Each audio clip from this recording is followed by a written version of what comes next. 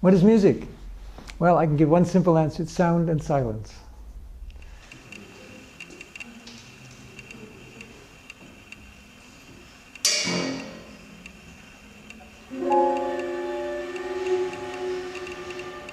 Why do they make music? Whole species. I don't know. It's almost like, why do they eat or sleep? It's, I think, a fact that there's no known culture on the whole face of the globe that is without music. It just doesn't exist. So people do music the way they do. I mean, they can, at some level, you obviously can live without doing music. You have to eat. But at the same time, it seems that in human cultures, music is necessary. And why? It's a pleasure. It's a way of connecting with other people. It's a form of communication, which is different from speech. And it's more, probably you could say, it's more direct than speech. Or it works with, well, it works in ways that speech doesn't. It reaches areas that you don't get just from words. Yeah, I think it is important. Yes, yes. Yes. I think the world would be a better place if, and by that I mean it's not just, I mean everybody listens to music in some form or another. It's very rare to find someone who has no relationship at all to music. But I think what's important is that as many people as possible, not everyone can do it, but that as many people as possible participate in the production of music. So whether they sing along or perform piano or whatever it is, but that they have some involvement in the making of music, rather than just the passive reception of music.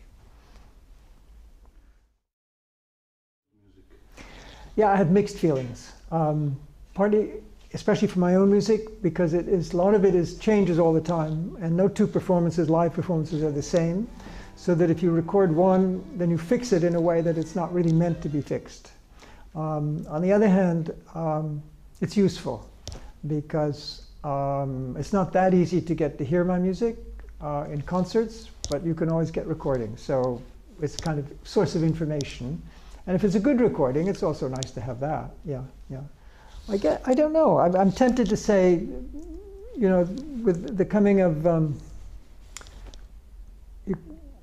expressive music and also functional harmonic music with Monteverdi in the 17th century. That's clearly a very important point.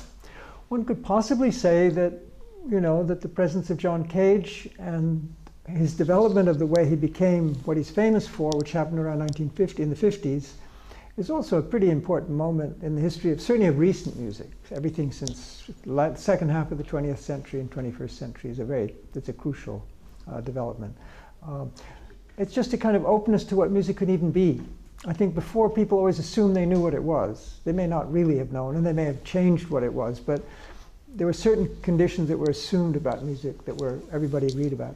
But with Keidžu, suddenly anything could be music. And the implications of that, I think, are like nothing before. That's really, yeah.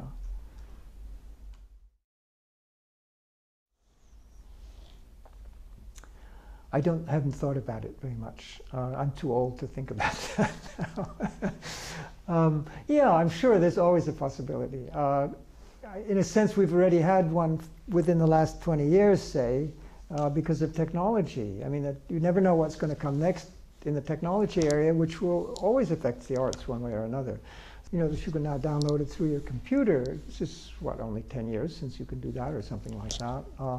And that could very well change the way composers think about composing music and how they convey it and things like that. So yeah, and then who knows what will be next. Do I listen? Yes, I do, yeah. And what music? I tend to listen to old music.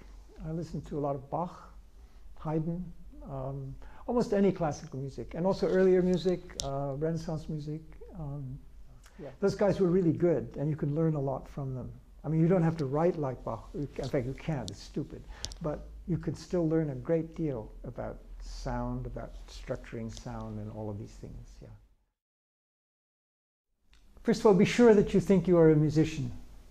You should be absolutely certain this is what you need to do. Don't do it if you're not sure about whether you really are a musician or not.